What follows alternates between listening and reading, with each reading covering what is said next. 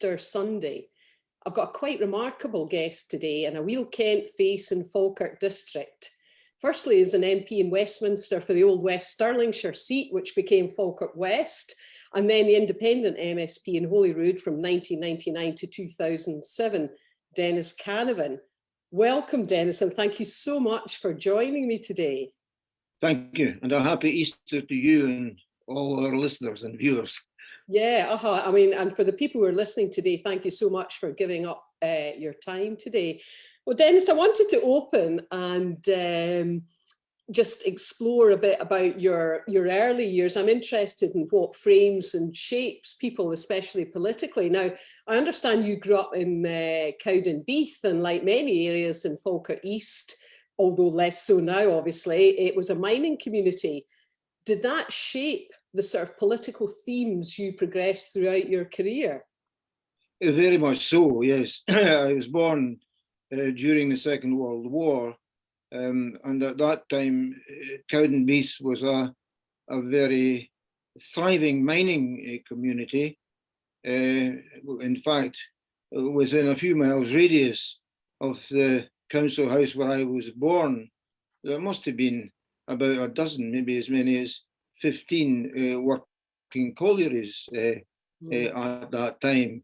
Some of them had rather mundane names like Lumfinnins number 11 or Cowdenbeath number 7, but others had more prestigious names like the Lady Ellen, or the Nellie, as it would be called locally, the Alice, the Jenny Gray. I think they were named after the wives or daughters of the coal owners at that time, before the nationalisation of the industry. But yes, I think that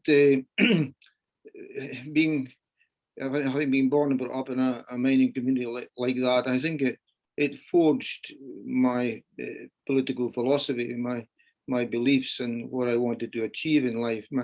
My granddad had been one of the founding members of the first ever branch of the Labour Party in Fife, and he taught me a lot about politics, and about the socialist pioneers at that time who wanted, well, what did they want? The basic things like a decent job, a decent standard of living, a decent wage, a decent housing. They wanted better educational opportunities for their children. They wanted a health service that was free at the point of need. And many of their values and policies were universally accepted within the mining community at that time. I mean, there wasn't a huge spectrum of opinion in Cowdenbeath politics. In fact, it was virtually a two-party state, the Labour Party and the Communist Party,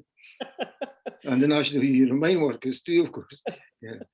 Yeah, oh, great. And both of us have spent time in Westminster, but you would have developed a much clearer sense of it. Obviously, when you were elected in the second election of 74, Labour were in government till 79, and then the Tories, and of course, in particular, Margaret Thatcher. How did you view Westminster then as a legislature, and how do you view it now as a legislature for Scotland? What's different and what's still the same? Mm-hmm. Well, I was fairly young when I was first elected in 1974, and I, being young, I had great ambitions as to what could be done, and I honestly believed that the Westminster Parliament could be a vehicle for radical change, particularly under a Labour government. When I was first elected, Harold Wilson was the Prime Minister, and even although we had a very small majority, in fact, I could boast at that time I was a quarter of Harold Wilson's majority. But I think that there certainly had been significant achievements by past Labour governments, and I was very hopeful that the Labour government of 74, 70, 79 would continue that kind of improvement, and also the setting up of a Scottish Parliament. And even the word Scottish Parliament wasn't used at that time. They called it a Scottish Assembly. Yeah. And it wasn't the most popular cause within the Labour Party at that time. Even the Labour Party in Scotland was deeply divided on the question of devolution. But I was always in the forefront of the campaign for a Scottish Assembly, or a Scottish Parliament, as I preferred to call it. And I saw it as a means of bringing about much of the socialist change which some previous governments had initiated, changes in things like better educational opportunities, a better national health service, better standards of housing, affordable housing for people, and so on. And actually, on that, I mean, I said to you before we started this that I'd been doing a bit of research on you, and I laughed. I came across the text of a speech that you made on the 1st of November, 1978. And if you don't mind, I'll quote a wee bit of it, because I thought it kind of, it spoke to me as the kind of character you were even then. It was the Queen's speech, and you said, "It is a pity that the ability and will for survival on the part of the government are not backed up by the political will and ability of the House to pass socialist legislation. There's not very much of that in the Queen's speech. However, we should be grateful for what few crumbs of comfort there are." And I thought that was very typical of you. And when I looked you up in LinkedIn, you described yourself as a man of independent mind.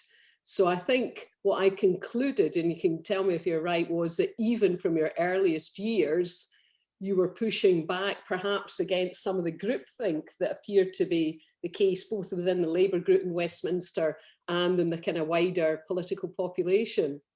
Yes. Not long after I was elected to Westminster, I realised that it was an uphill struggle getting radical legislation passed on anything, really. And as time went on, I became more and more disillusioned. And then, of course, following the 1979 referendum for a Scottish Parliament, or Assembly as they called it at that time, it's worth recalling that there was a majority, albeit a small majority, in favour of it, but because of this so-called 40% rigged referendum, then the Scottish Assembly never came into being. And I was bitterly disappointed about that. And then, of course, Margaret Thatcher became Prime Minister. And for most of the time that I was at Westminster, then I was in opposition. And it was very frustrating. I was very disillusioned, bitterly disappointed. And I felt an anger too that I think that the political consensus amongst the people of Scotland was such that we were just being ignored by Westminster. And there was obviously a huge democratic deficit in Scotland, because we were, at that time, we were electing continuously a majority of Labour members of Parliament, and yet we were able to deliver very little, if anything, because the majority in the House of Commons was against us. And I just felt more and more disillusioned. It was like battering your head against a brick wall at times. And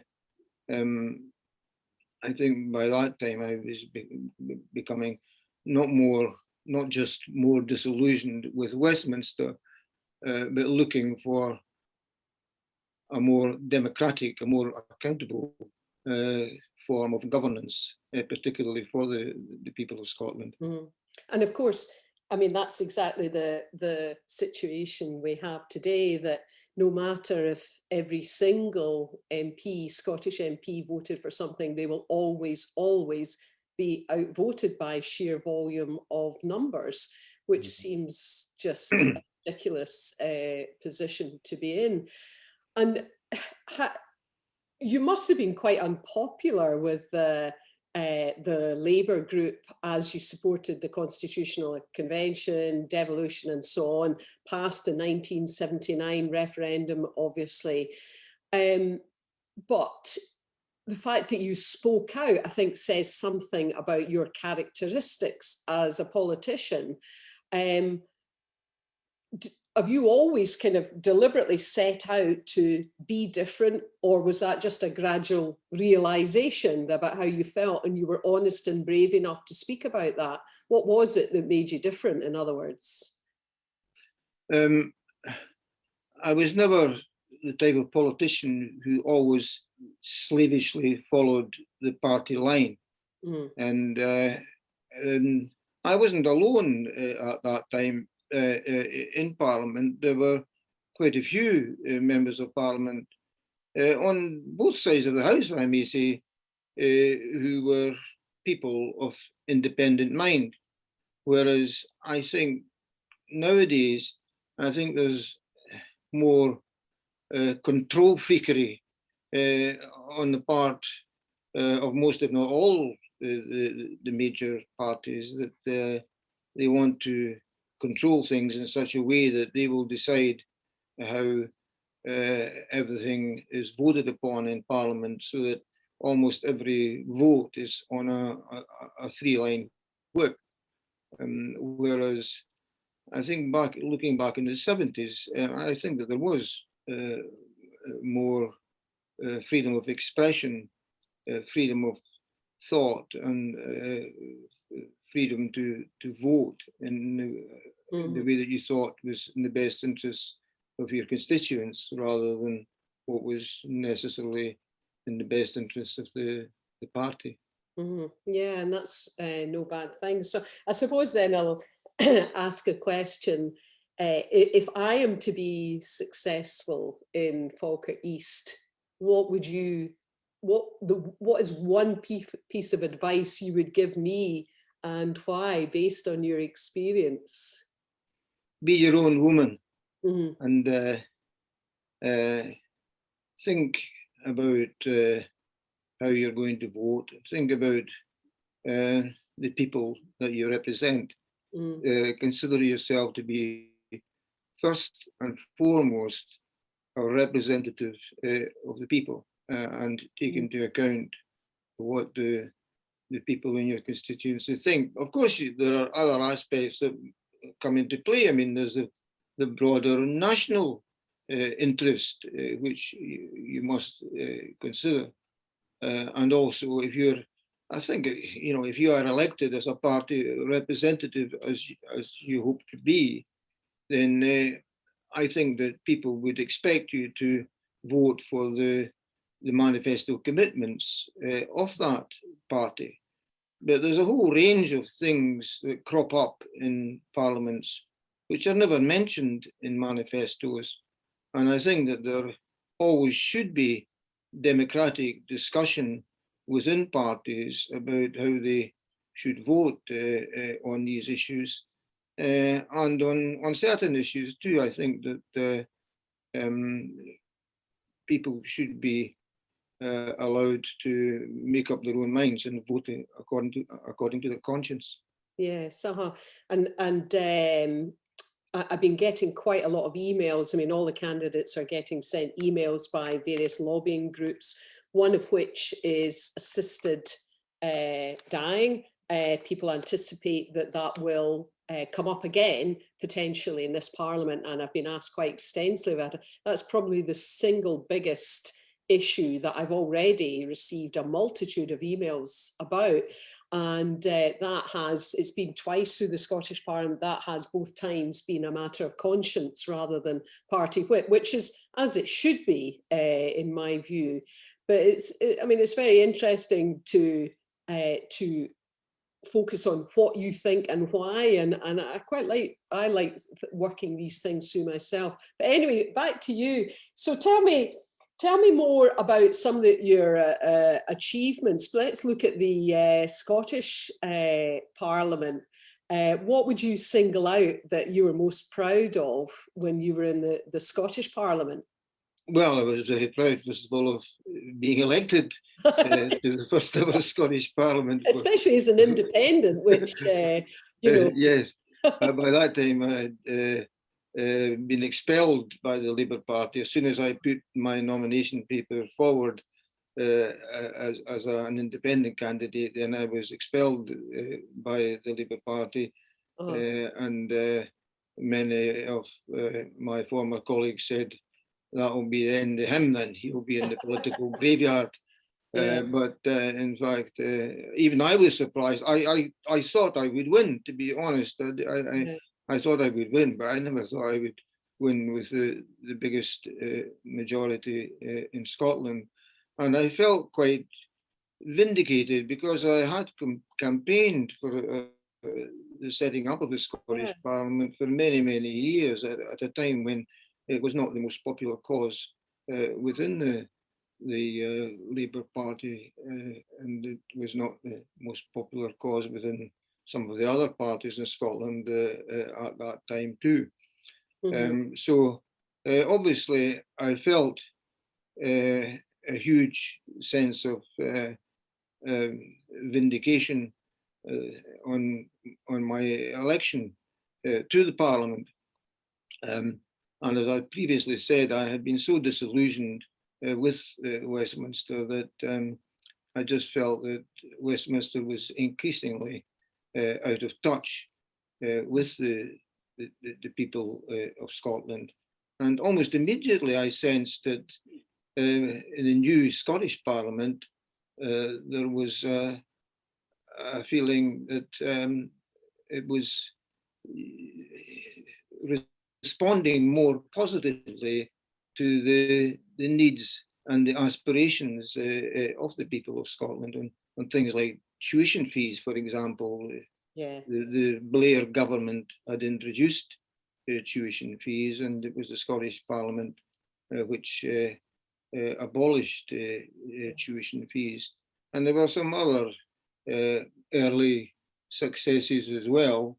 Things like free personal and nursing care for the elderly. There was the abolition of warrant sales.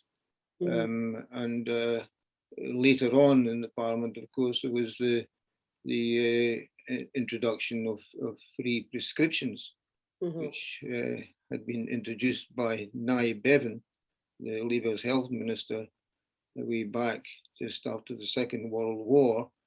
But the charges had been in force for decades, and it was the Scottish Parliament that abolished them. Both my children studied in England and therefore have had tuition fees, and I know my daughter in particular is shocked by what she needs to pay for a prescription. I think off the top of my head it's £9.15 in the It's order. more. I think it's £9.35 now. Over there. Corrected me. Either way, it's extraordinarily expensive for a student. Yes. And particularly if it's a repeating prescription, if somebody is ill and requires regular medication, very, very difficult.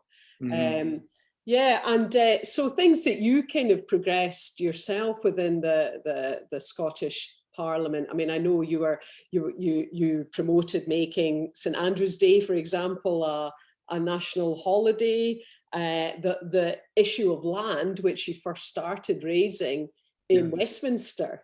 Indeed, you were raising the issue, who owns the land ownership, in 1978, when I was looking looking it up. Yes, yes. The only bill which I was successful in introducing in the Scottish Parliament was a bill to make St Andrews Day a public holiday. The only mechanism for doing that is to make it a bank holiday, and it is technically a bank holiday to this day, but it's not fully recognised as a holiday. I would hope that you could use your persuasive gifts within the Scottish Parliament to try and get it more widely recognised. But it's a strange thing that all that a bank holiday does legislatively is it makes it permissible to postpone a banking transaction until the following working day without incurring any financial penalty. And that was the way in which, under the great British system, national holidays were introduced. They were called bank holidays. And bank holidays in Scotland are now devolved. So it's within the power of the Scottish Parliament to declare additional bank holidays, but that's the only additional one which they have introduced so far, and it's not nearly widely enough recognised. I think the Scottish National Party at one time had it in their manifesto to have it as a national holiday, but maybe you could use your influence there to get it reiterated in the manifesto. Like you say, I've got to get it implemented, because I really feel very strongly that we should have at least one day of the year when virtually the whole nation can celebrate. We can celebrate our national identity and our membership of the international community. Most other civilized countries in the world have at least one day, and even capitalist America has got 2 or 3 national holidays when they celebrate their national identity, and the whole nation can come together. But in Scotland, as I say, there is still a degree of reticence, particularly amongst the business community, some of whom argued that it would lead to a decline in productivity. In actual fact, if you look back at the time when Ted Heath was Prime Minister, and he introduced a 3-day week, there was an increase in productivity. And I think there was an argument to say that if workers get a reasonable number of holidays, it helps to recharge the batteries and encourages them to work harder and increase productivity. I know. The other thing I wanted to mention was the land reform thing. Yes. The particular part of the Land Reform Scotland Act 2003, which I got amended, it was my amendment which meant that land belonging to the Queen would also be accessible to the general public, because when the bill was first published, it was rather pusillanimous, to say the least. You know, I'm talking about the access rights to the countryside, and you know, when you think of it, in Scotland we are blessed with some of the best countryside in the world, and I've always believed that the hills and the lochs and glens of Scotland are not simply the property of the landed gentry, that they really are part of our national heritage, and we all ought to have the right to enjoy them. And yet, when the bill was first published, they were going to exclude access during the hours of darkness, as if everybody was a potential poacher if they were wandering around after the dark. And they were going to exclude land belonging to the Queen. And I put down an amendment to get rid of that, so that estates like Balmoral would have public access the same as other parts. It's a very important principle. Well, even the Queen seemed to accept it. At least she she must have signed up to it at the end of the day. And it's an important matter of principle, because we could turn around to landowners throughout Scotland and say, well, if this law is good enough for Her Majesty the Queen, it's good enough for any other landowner in Scotland. I think the truth is probably Her Majesty the Queen knew not to go up against Dennis Canavan. Possibly. Now, we should move on. We're getting some questions coming in now, and it kind of starts to earmark a theme. So we've got one here from Kyle. Is it possible to pass legislation in Holyrood that all political parties must be registered in Scotland? It may benefit all parties when become independent. Now, you'll know habitually that it's raised as a concern that there is really no such thing as the Scottish Labour Party. There's a Labour Party in Scotland, and of course Joanne Lamont standing down from the Parliament, who complained bitterly that the Labour Party in Scotland was seen as a branch office. So really proper autonomy for the other parties, which would be versed in registration, is severely lacking, and that's a sentiment I agree with. What do you think? I certainly would like to see a system whereby parties which campaign in Scotland and stand for election in Scotland should be registered in Scotland. But as I understand, I don't think there is a separate electoral commission in Scotland at present, is there? So my guess is that we probably have to have independence in order to get such legislation passed. But yes, I think that Joanne Lamont was quite right when she described the so-called Scottish Labour Party as just a branch office of the British Labour Party. And the Labour Party is not unique in that respect. And I do think that come independence, then all the parties in Scotland will become Scottish parties in that sense, that they will be independent of any UK or British involvement.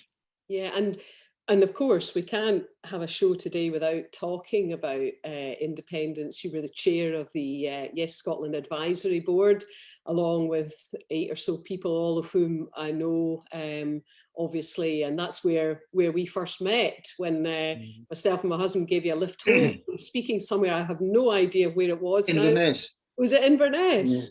Yeah. Yes.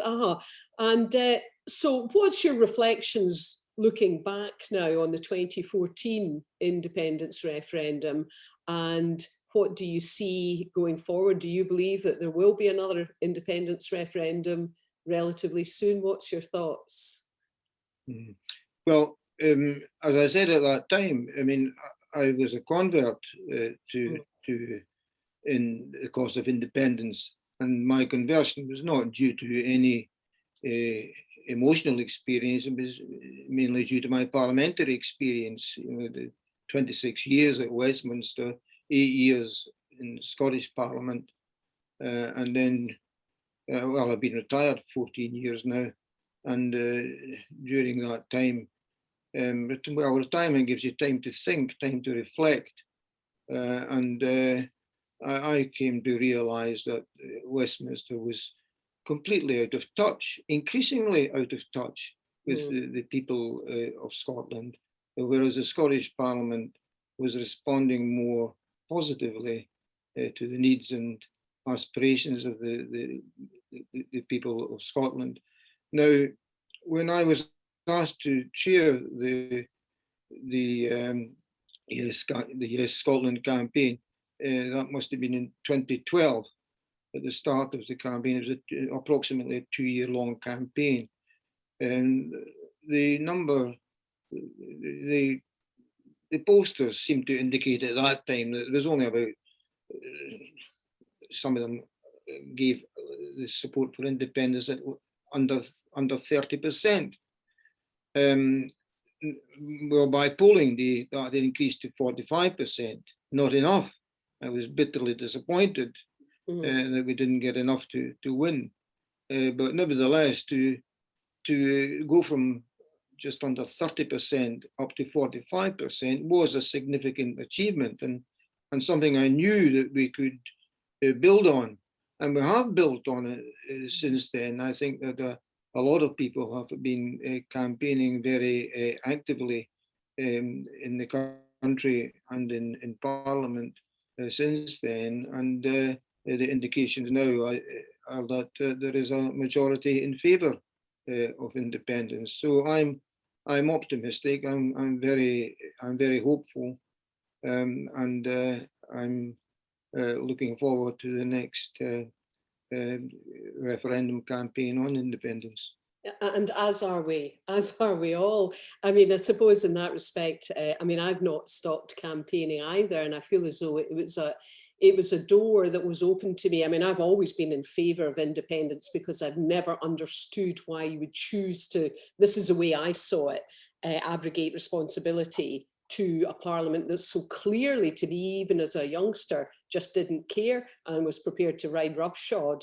But once I got so fully involved in about 2012, I've kind of really not stopped from that point. And now, of course, you can never go back. You can only go forward. And one last wee question before we're going to play my crowdfunder video with some nice drone footage of Falkirk East, much of which you'll recognise.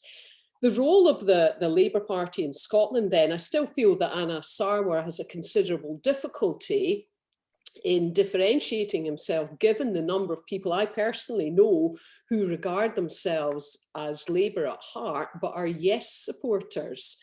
And I cannot see how that can be squared in the Labour Party in Scotland when they refuse discussion and they don't tolerate differences of opinion. And what is worst of all, look as though they could once again take in effect the Tory line. That seems to me to be terminal for the Labour Party in Scotland, but you'll know better than me with your contacts how sentiment is with people who believe themselves to be Labour at heart. Well, there's a considerable number of people within the Labour Party who believe in independence, and they would hope that when independence becomes a reality, that there will be an independent Scottish Labour Party who, hopefully from their point of view, will eventually become the party of government in Scotland. And for the life of me, I can't understand. I can understand why some people take a unionist point of view. That is within the right. I beg to disagree with them, but I can understand to some extent where they're coming from. But what I cannot understand is why a democratic party like the Labour Party turns around to their own supporters and says, no, we're not going to give you the right to decide. Yeah. You know, that seems to me to indicate a negation of democracy. I would say, let the people decide. You know, that's what a referendum is all about. And no, I was disappointed when Anas Sarwar became leader of the Labour Party and took such an intransigent line against IndyRef 2, because even if he is a unionist, I still think that there is such an overwhelming case to say we can't really stand against letting the people have their say, especially when the opinion polls are indicating that the majority do want to go for independence.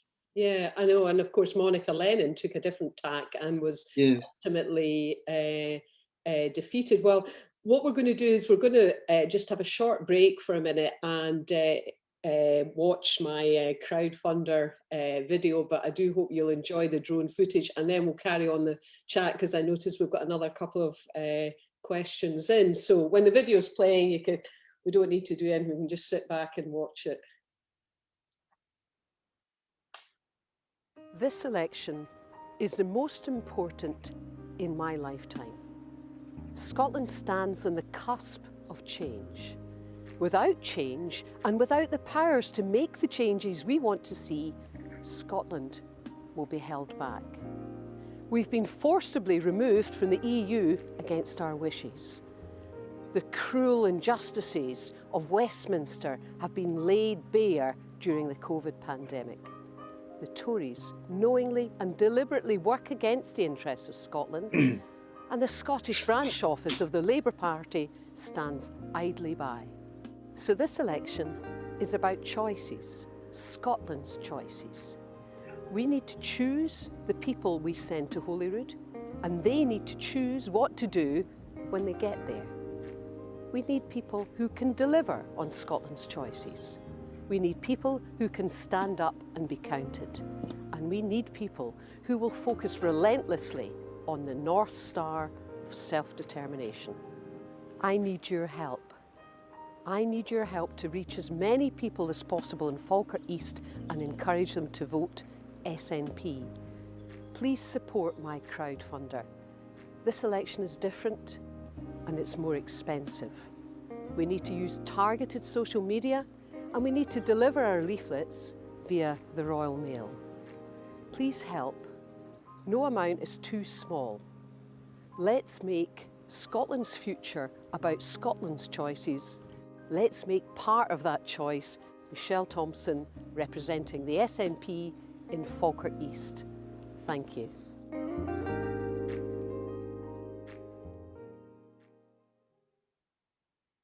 Such as technology and the drone footage. We've got drone footage of the entire constituency, and I've been doing regular videos called Around Falkirk East in 80 Days, where we go and visit different places, particularly in the earlier part where we've all been locked down.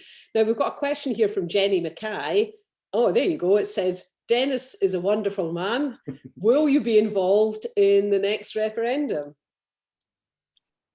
I hope so, yes. And I'm willing to be involved in whatever capacity I'm asked to be involved in. But yes, I'm 79 years of age, coming up in August, but I'm still fit enough to get out and about and get across a positive message about the merits of independence. And I think I have a particular attribute in that I still have a lot of contact with Labour and ex-Labour voters. And I think if we are going to deliver a good majority for independence, we have got to carry a substantial number of these former Labour voters or even existing Labour voters with us. Yeah, I quite agree. And I think some of the tribalism we've sometimes seen in Scottish politics, whilst I understand it, ultimately, perhaps it could work against that. And indeed, that tribalism we saw where the Labour Party in Scotland aligned itself with the Tories in many areas, they've never been forgiven, and they won't ever be forgiven for that. Yeah, I think it's very important, that we have as broad and as comprehensive a campaign as possible. I mean, obviously, if the SNP form the next government of Scotland and it looks at this stage as if they will continue to be in power, then they must be in the lead of any referendum campaign. But I have always believed that SNP members and SNP voters will not be enough to deliver a yes vote in the referendum. We've got to have a broad, comprehensive, all-inclusive campaign which embraces people of different parties and indeed people of no party at all. We've got to get a broad spectrum of Scottish opinion behind us in order to make independence a reality. Yeah, and you've neatly dovetailed with where we started this conversation in terms of values. The challenges that you spoke so eloquently of when you first became an MP in 1974, Yes, there was rampant inflation. Some of the figures were ridiculous, but the challenges around housing, around putting people's food on people's table, heating, and so on, they're exactly the challenges we're seeing today. And of course, Yes. there's so many families that are Mhm. really, really struggling through a Yeah. very difficult time Yeah. through COVID. And I think my personal view is it's extremely important to make clear about the choices. In actual fact, that video there, what is enabled by Yes. independence, the choices we can make, which in politics we'll understand in legislative terms, but what does it mean for ordinary people in Absolutely. the state? And these Because fundamentals have not changed. I've never seen independence as an end in itself. Yeah. I see independence as a means towards building a better Scotland, a fairer Scotland, a better health service, a better educational service, more business opportunities, a more prosperous Scotland, and a Scotland that will proudly take its place in the international community and play an important role in helping not just to build a better Scotland, but to build a better world.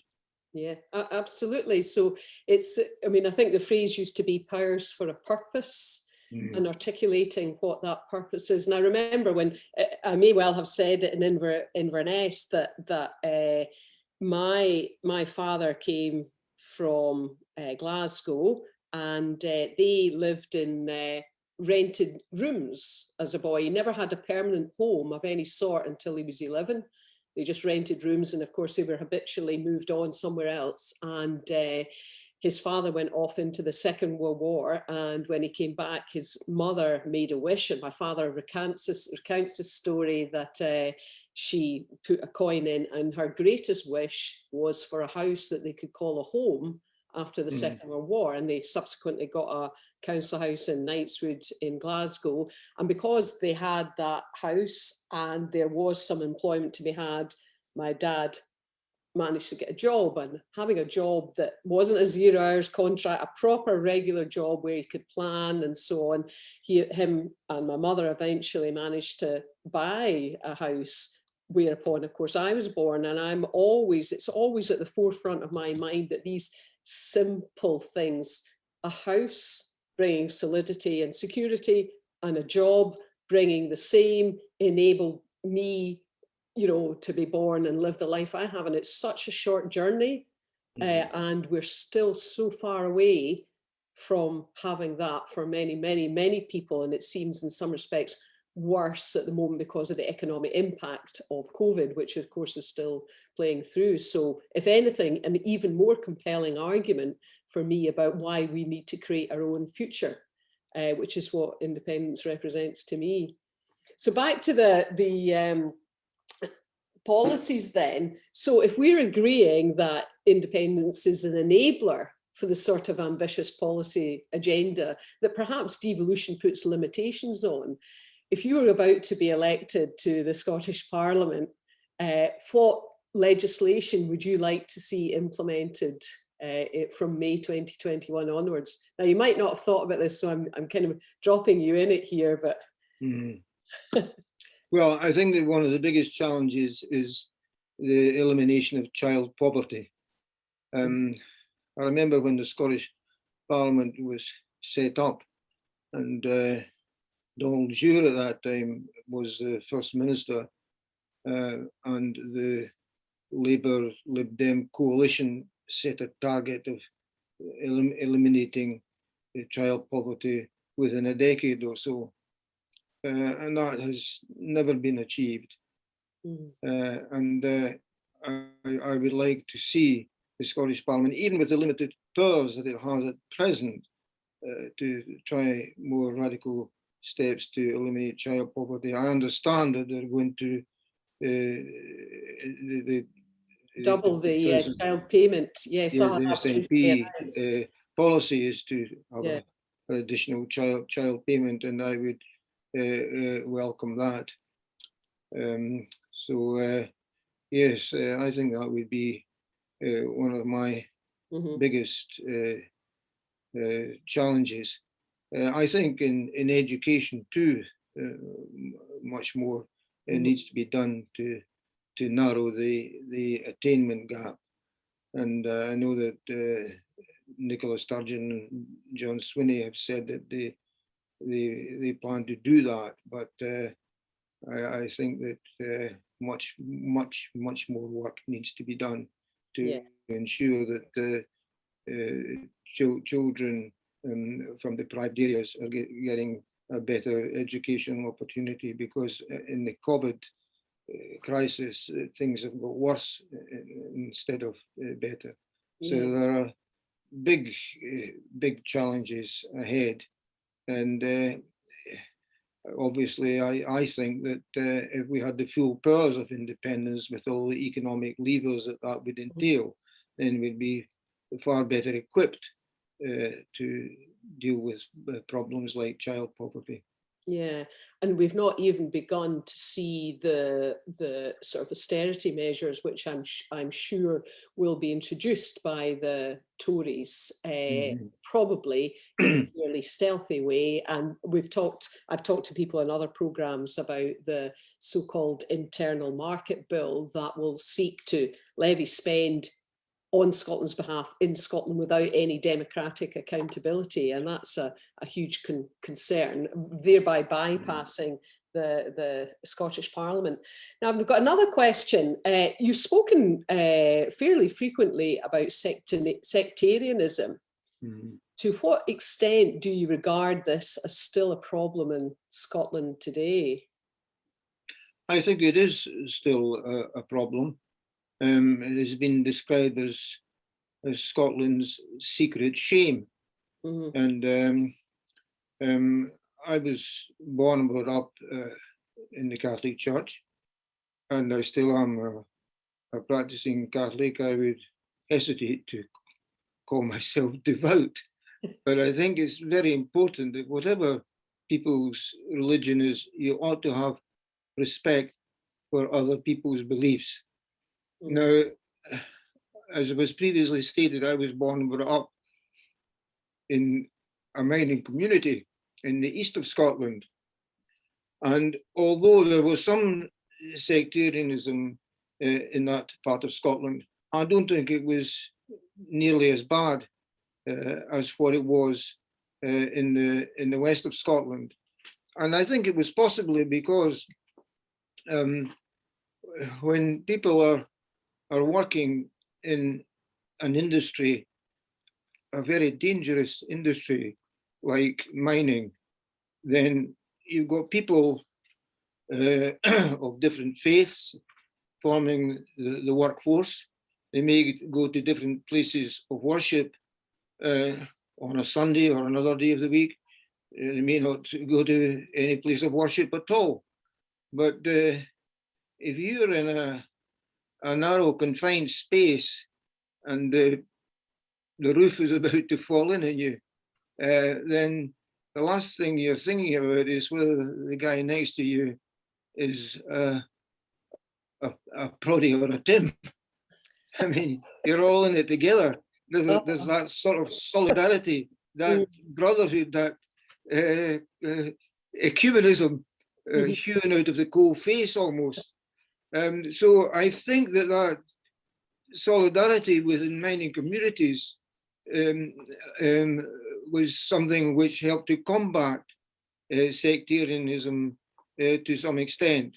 But it would be, I think, burying our heads in the sand if we said it's all away now, everything's hunky-dory.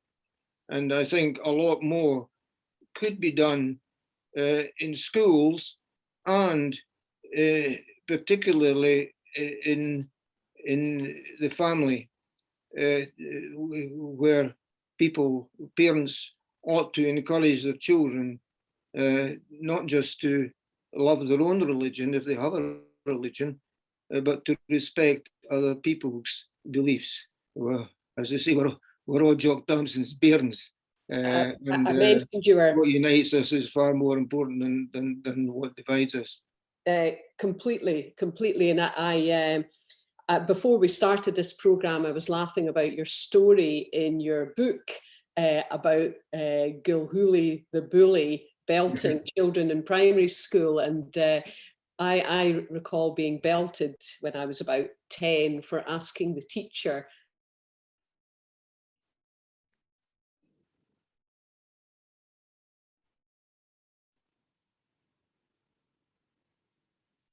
there were lots of gods around the world, and for that question I got belted. So it was still going on even when I was going through primary school. Mm. So now there's one question I hadn't asked you, because we're going to start to wind up soon enough. What political figures, alive or dead, have you most admired, and why? Nye Bevan comes to mind, the founder of the National Health Service. Yeah, yes. Jenny Lee, the founder of the Open University, and also a Fife lassie with a strong Cowdenbeath connection. But I think that the man who impressed me most in all the people that I've met was Nelson Mandela. And I think if there was a quality about him which I think it really made him stick out for me, it was his humility and his sense of forgiveness. You know, he was a man who'd been 27 years in prison, a political prisoner, and yet when he was released, he did not bear any grudges against his captors, and he managed to get the people of South Africa working together, irrespective of their colour or their ethnic origin. And he was a great example to people, young and old people throughout the whole world. And it's a pity that South Africa has not yet reached its fulfillment, really, partly because the succession at that time after Mandela died, then some of the politicians couldn't really lace his boots. Yes, indeed. And I think we all remember when he was released, there was a certain magnificent stillness about elegantly crafted languages. Yeah, I remember reading his book. It was just fantastic. And I think for that, to come out of that and to use that time fruitfully to learn and to grow himself as a character was truly, truly remarkable. He was a world leader in absolutely every sense. Now, the last question I'm going to ask you is about, I know you've recently worked with John Scott QC regarding the treatment of miners during the 1980 strike. And that strike still carries scars in many communities today. Can you tell me a bit more about how that work was left? I understand there's just a bit further to go in legislative terms, but perhaps you could just tell us a bit more about that. It was an important piece of work. Yes, I was very privileged to receive and accept the invitation to be part of John Scott's 4-person inquiry into the policing of the miners' strike in Scotland, the 1984-85 strike, that is. And it's worth again pointing out that Westminster has done nothing to address the terrible injustices that were done to the miners. There were similar calls for some kind of inquiry into the terrible events at Orgreave, for example, in Yorkshire. But the successive Westminster governments did nothing at all about it.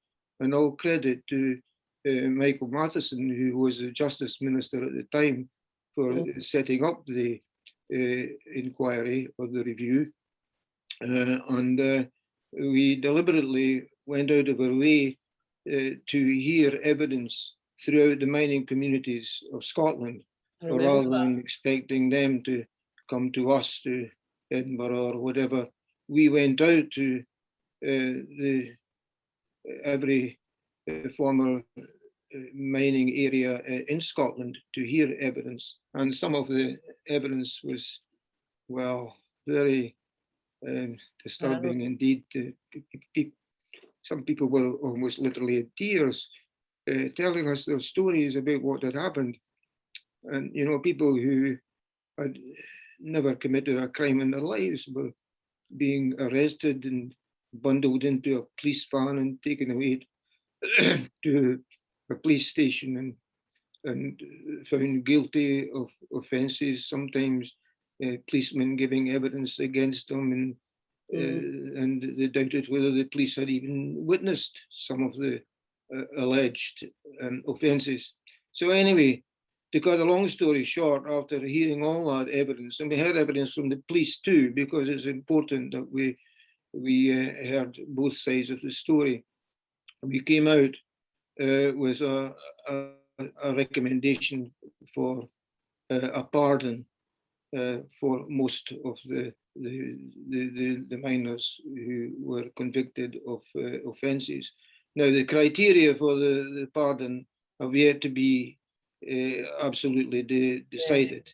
The detail has yet to be worked out. But the Scottish Government accepted a report, and also the Scottish Parliament, to my pleasant surprise, even the Tories spoke in the day that the statement was made. Even the Tory spokesperson seemed to indicate support. So I'm hopeful that the bill, it will require a bill to go through Parliament, and that will be after the May the 6th election.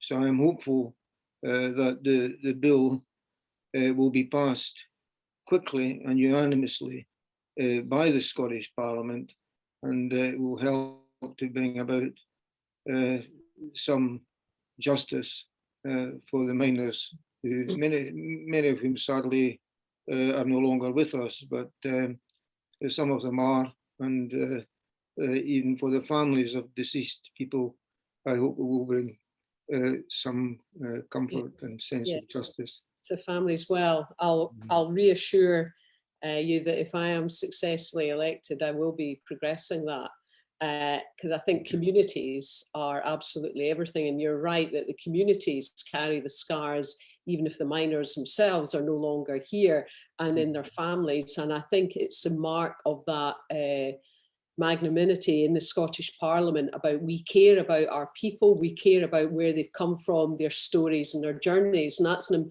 important part of making a legislature represent people in a certain way.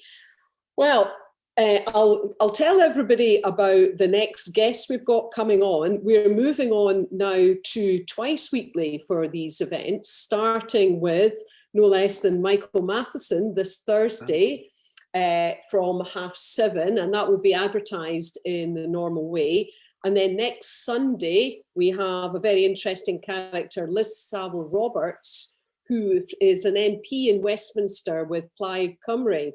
And she's got a very interesting perspective of what's happening at the moment in Wales in terms of their own nationalist movement, and an interesting perspective as well as to how the Labour Party in Wales are responding to some of the challenges. And spoiler alert, it's somewhat different to the Labour Party in Scotland in that they seem to be managing to make an accommodation with the aspirations and needs of people in Wales. So it falls to me to say thank you to Dennis Canavan. First of all, thank you for the kind endorsement you gave me. It is hugely appreciated, and I'm very humbled by being given that from someone such as yourself with your career and your values you've so clearly expressed today. And it simply leaves me to say thank you so much for coming on and talking to me today, and I hope everyone else has enjoyed it as much as I have. Thank you, Michelle, and good luck in your campaign. Okay, thank you. Right, see you then, everybody. Thanks. See you later. Bye.